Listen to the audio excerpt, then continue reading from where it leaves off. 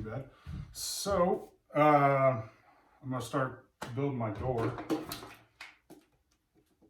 And I have a rough sketch up of what it's gonna be. I don't know, I'll have to come around and get a little close. So my door opening is, I got it roughed out to, my door is gonna be 83 1/4 tall by 44 inches wide. And this is what I got for my design. So there's going to be two sides of the rails and stiles, one on the front, one on the back, and then I'm going to sandwich 3/4 inch plywood in between, and put it all together that way. So, and then possibly fill in where the rails and the stiles will be raised up above the plywood. I might take some reclaimed lumber and do some type of pattern in there, whether it's like what do they call it? I don't know, some type of diagonal pattern or something like that. Herringbone. But so far I've spent just on the materials just to do this. Plywood I got for free, so that's just leftover stuff that I had. I do have some, I end up going to Home Depot, my local Home Depot, which is almost an hour away, so I gotta really plan out what I'm gonna get for materials. So on the plans it says my rails on the side and my top two stiles, or my stiles on the side and my top two rails are 6 inches wide. So I found that Home Depot actually has some type of rough cut there. They call it a common board. It's 1x8x8, and I end up getting it for $5.41 or something like that. It was $5 something, but I end up getting, I bought 9 of those, bought one extra. It's always good to have an extra. But the next rail down is 8 inches. So that wasn't that big of a deal. So I'm just gonna keep those rough dimensions, which is gonna be like 7.5 inches wide. But the upper rails are 6 inches wide. I cut those down to that, and then cut them to width, which the widths are, I can't remember, they're, there's tape measure. I think they're like 32 inches or something like that. Yeah, 32. So, and then for the bottom boards, I just actually bought a couple, the bottom rails, I bought a couple project panels from them. They were 3 feet long by 12 inches. And those were, again, 5 something. So I altogether, in it for like wood material, $56. Yeah, $56.81 without tax. So that isn't too bad. So I'm putting the frame together, the door, with pocket screws. So I know everybody, I don't know, depends on, I don't care. Like if it works, it works. I don't have tools. I do have a biscuit joiner. I need to get the door done because it is now averaging 20 degrees outside.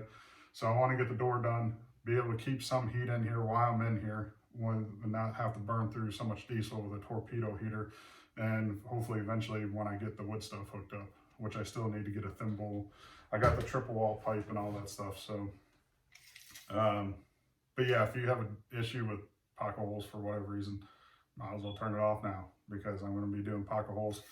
Well, actually you won't even see me do it because I'm going to turn it off here in a minute.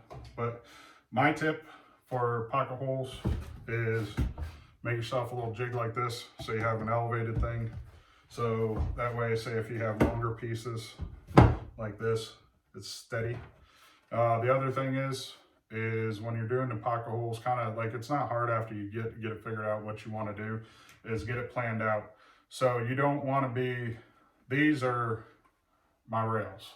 So they're going to be going like this. So the pocket holes are in here. So say, for example, if this was one of my stiles, it'd be going in like this. So that way the screws are going into the side of the wood and not in grain. Now, like say you wouldn't want to put it like this, where your pocket holes are coming down here and into the end grain. It's not a good joint. It's not going to be strong because the end grain is going to, your possibility of pulling out. So that's how I'm gonna do it, and just go through like this, you know, it's really not rough cut. I mean, it's not finished on either side, but I mean the dimensions are square. So um, just all I'm doing is picking out which sides I like the most. Like this one here, see it's got a knot chip in it. So I'm gonna probably put this one at the top rail, so that way it's not in your eye line. Other than that, that's about it for today. Just I'll probably pop back in after I get probably one of the frames done. I'm pretty sure I'm gonna have to actually end up getting more plywood because the scraps I do have, I don't think are gonna be enough. So, yeah, we'll get this. I'm gonna go through, keep on punching this stuff through. Yes, and then I guess as far as tools, I use what I can get. So when I first started building stuff, Ryobi, I still use them. Still use nail guns, circular saw. I got a big 7 1/4 circular saw. But I also use DeWalt. You know, I like these little 20-volt max ones. They're smaller, they're lighter, which is nice. A little bit more compact, a little bit better grip to them. I mean, this one's more comfortable to my hand. You know, I got a Milwaukee staple gun, battery powered staple gun, works great. And so I really don't have any brand loyalties. You know, it is what it is. I mean, I just use what I can, and that's pretty much what I think everybody else should do too. I don't need to be a tool snob about anything. I mean, one tool that DeWalt does make is the Romex staple gun. Between that, I think that and the Milwaukee staple gun for the paperback insulation, probably one of my 2 favoriteest tool purchases, straight up, just because it makes it so much easier. It doesn't seem like a hassle or pain like now with that Milwaukee staple gun. Like honestly, I didn't really mind doing the paperback insulation on all the walls and stuff, and my seams looked a lot better, a lot tighter, and it's been working like a champ. So no complaints there. And then same thing with the DeWalt Romex staple gun.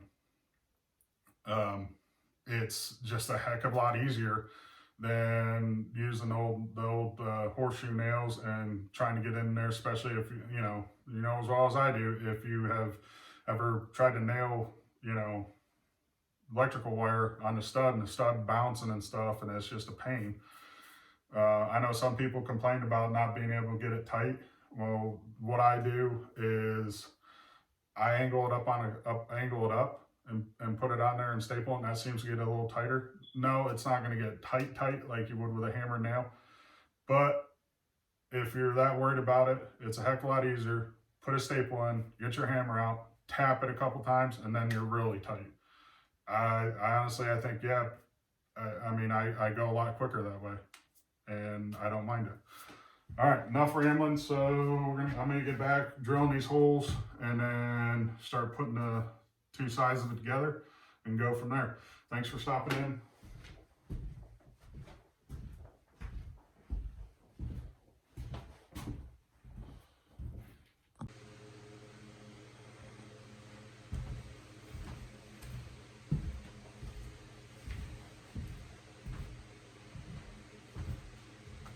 That seems all right. All right, how's it going, everybody? This is several days later from the last day when I was building the door, which it is in. I gotta still get a latch on this side. I got a door handle on it. Do have the wood stove in, so we'll take a look at that. And it is right around 68 degrees in here, so it ain't bad, especially if it only been like 20 degrees outside. So take a look.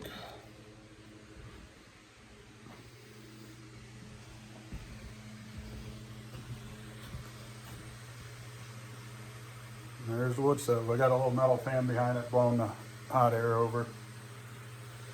Had some leftover slate tile that I used for putting that down. And then today I redid the gaskets on the doors of it.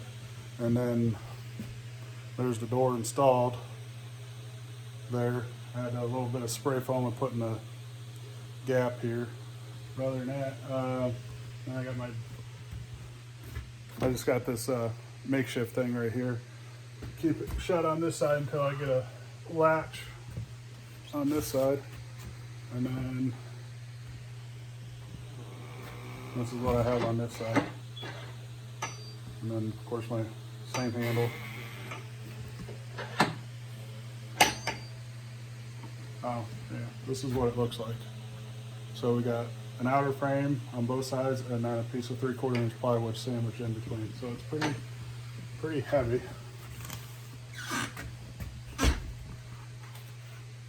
Close that down. Yeah. Oh, I did. I finished installing. I've got 2 more lights I put in here, so I got 5. I got 5 on this middle row right here, and they're all hooked up together, which is nice. Table saw is leveled and sturdy, not going anywhere. I put together this Bora,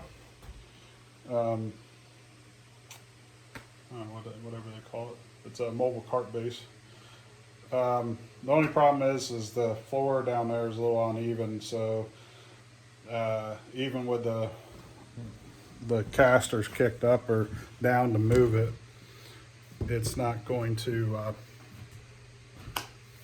I'm gonna have to mess around with the feet before I can move it, and plus I got it shimmed up on this side so I can get everything level, and then I screwed it down to the floor, so it's pretty solid. That's what I got it for right now. Wood stove, like I got insulated pipe, the thimble and all that stuff, 8-inch insulated pipe going through the wall, and just regular 6-inch stove pipe coming out of the stove into that, and then of course it's up above the roof a good bit. Don't have any problem, got good draft, so yeah, I'm pretty happy with everything. The shop is a complete disaster, it's a mess.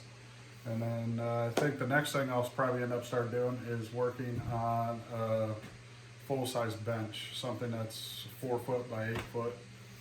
Get that worked out, and then probably do that, and that way I have that. And then after that, I start moving up the rest of my tools. So this is the second part of the first video of the door and everything. Yeah, I think that's about it. Oh yeah.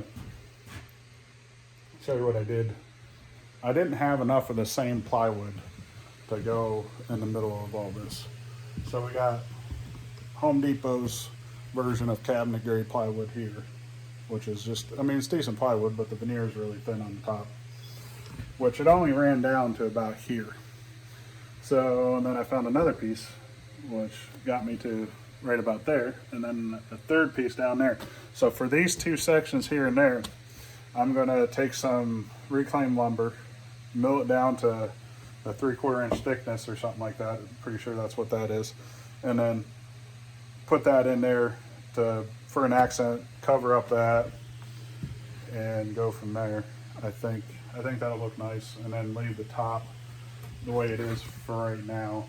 See how I like it, but that's just because everything, you know, it's the same piece of plywood. So that's all done. Yeah, that's about it. So it'll probably be a little bit before we do anything else shop wise. I mean, I'll have to get some plywood to start making cabinets for over here for the miter saw station. And then I know everybody's still watching the, you know, sewing videos and stuff like that, and that more of that stuff will eventually come. It's probably going to be a little bit though. For right now, I'm just working on getting this stuff, getting the shop organized, get stuff built so I can get it organized, and then maybe start making some stuff in between now and then, just so there's a little bit more money flow coming in. That way I can do more stuff. I really would like to get a different sewing machine, but that's not here or there. So yeah, that's about it. thanks for stopping by, watching my videos, commenting, even if it's on no videos, it don't matter. You know, I'm just glad I can do something that's helpful. And then other than that, like I said, I appreciate you guys watching, stopping by. I think we're above 100 subscribers, so that's pretty cool. Never really thought that would happen. Yeah, so I'll see you on the next one. And if you guys have any questions about anything about the stove's a Hearthstone 2, and it's got to be about 40 years old. So I can only answer so many questions about it, other than it's a soapstone stove, and it's freaking heavy. And that's about it. Yeah, like I said, thanks for stopping, watching, commenting, liking, all whatever you guys do, it don't matter. Just like I said, I'm just glad that I can put stuff out there that's helpful for people. Whether it's the sewing stuff or the hunting stuff, I'll do more of the hunting stuff sometime. Or, you know, what I'm doing in here. All right, see you guys.